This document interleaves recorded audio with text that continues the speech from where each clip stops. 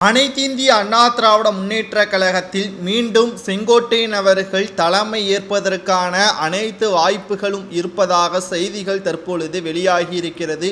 இந்த வீடியோவில் இதை பற்றி தான் முழுமையாக தெளிவாக நாம் பார்க்க போகிறோம்.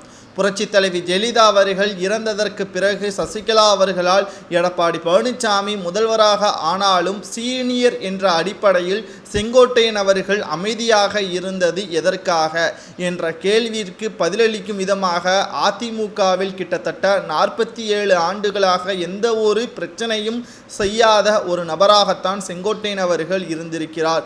பல முறை இவரது பதவி கூட பறிக்கப்பட்டிருக்கிறது புரட்சித் தலைவி ஜெயலலிதா அவர்களால். ஆனால் அதை எதற்கும் கவலைப்படாமல் அதிமுக தான் என்னுடைய வளர்ச்சிக்கும், அதிமுக தான் தமிழகத்தின் வளர்ச்சிக்கும் சரியாக இருக்கக்கூடிய கட்சி என்பதற்காக ஒரே கட்சியில் 47 ஆண்டுகளாக பயணித்து கொண்டார்.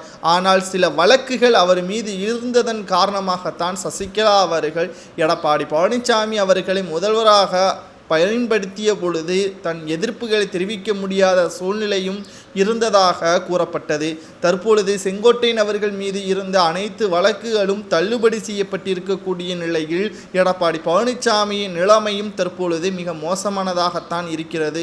உடல்நிலை பற்றியான மிக மோசமான நிலைமை தற்பொழுது கேரளாவில் மருத்துவமனையில் அனுமதிக்கப்பட்டிருப்பதால் என்ன செய்வதென்று தெரியாமல் தொண்டர்கள் அதிர்ச்சி அடைந்திருக்கிறார்கள். மாறாக உள்ளாட்சி தேர்தலாக இருக்கட்டும், இடைத்தேர்தலாக இருக்கட்டும், தற்பொழுது நடந்து முடிந்த மக்களவை தேர்தலாக இருக்கட்டும், அனைத்திலுமே அதிமுக பின்னடைவை தான் ஏற்படுத்தியிருப்பதாக செய்திகளும் வெளியாகி கொண்டிருக்கிறது. இந்த சூழ்நிலையில் செங்கோட்டையன் அவர்கள் வேறு கட்சிக்கு தாவ உள்ளதாக செய்திகளும் இணையதளங்களில் பரவின. ஆனால் அனைத்தையும் தவிடுபடியாக்கும் விதமாக நேற்று மாலை வெளியிட்டுள்ள வீடியோவின் அடிப்படையில் அதிமுக இன்னும் சிறப்பாக மாறும் என்றும் அதிமுகவின் தலைமை பொறுப்பிற்கு நிச்சயமாக மிக முக்கியமான நபர்கள் வருவார்கள் என்றும் செங்கோட்டையன் அவர்கள் பேசியிருப்பது மிக முக்கியமான கருத்துக்களாக பார்க்கக்கூடிய வகையில் தான் அமைந்திருக்கிறது.